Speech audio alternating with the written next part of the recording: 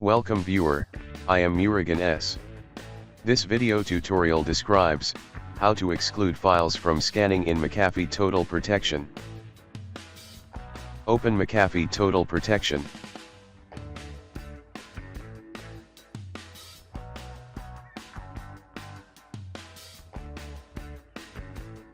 Click Settings. Click Real-Time Scanning.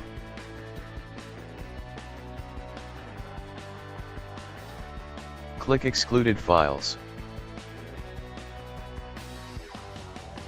Click Add File.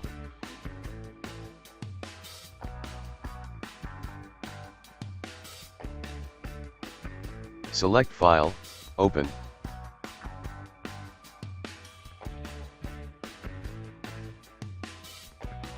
File is added under Excluded Files.